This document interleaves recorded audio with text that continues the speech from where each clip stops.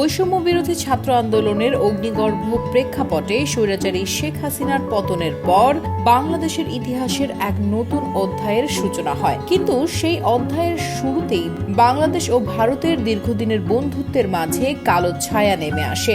একসময় যেই মধুর সম্পর্ক ছিল তা হঠাৎ করেই সাপে নেউলেতে রূপ নেয়। বাংলাদেশ থেকে ভারত যেতে ভিসা জটিলতায় পড়তে হচ্ছে বাংলাদেশিদের।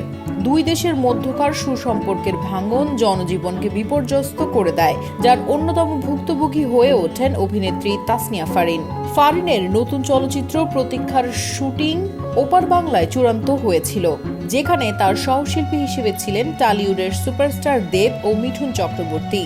সিনেমার জন্য প্রস্তুতি চলছিল পুরো দমে। শুটিং শুরুর দিনক্ষণ ঠিক ছিল নভেম্বরের শুরুর দিকেই, কিন্তু শেখ হাসিনার পতনের পর বাংলাদেশের নাগরিকদের জন্য ভারতের ভিসা পাওয়া দুঃসাধ্য হয়ে দাঁড়ায়। আর এই জটিলতার জেরে ফারিনের চলচ্চিত্র যাত্রা যেন থেমে যায়। অনিশ্চয়তায় এই ভেলা ভাসিয়ে থাকা চলচ্চিত্র প্রতীক্ষা থেকে অবশেষে সরে দাঁড়ানোর ঘোষণা দিলেন ফারিন।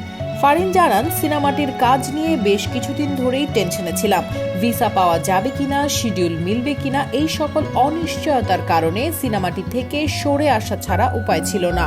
এদিকে দেব ও মিঠুন চক্রবর্তীর সঙ্গে কাজ করতে না পারার আক্ষেপ লুকিয়ে রাখেননি তিনি। তার কথায় অবশ্যই তাদের সঙ্গে কাজ করলে আমার ক্যারিয়ারে বিশাল প্রভাব পড়ত, তবে ভবিষ্যতে হয়তো আরো বড় সুযোগ আসবে।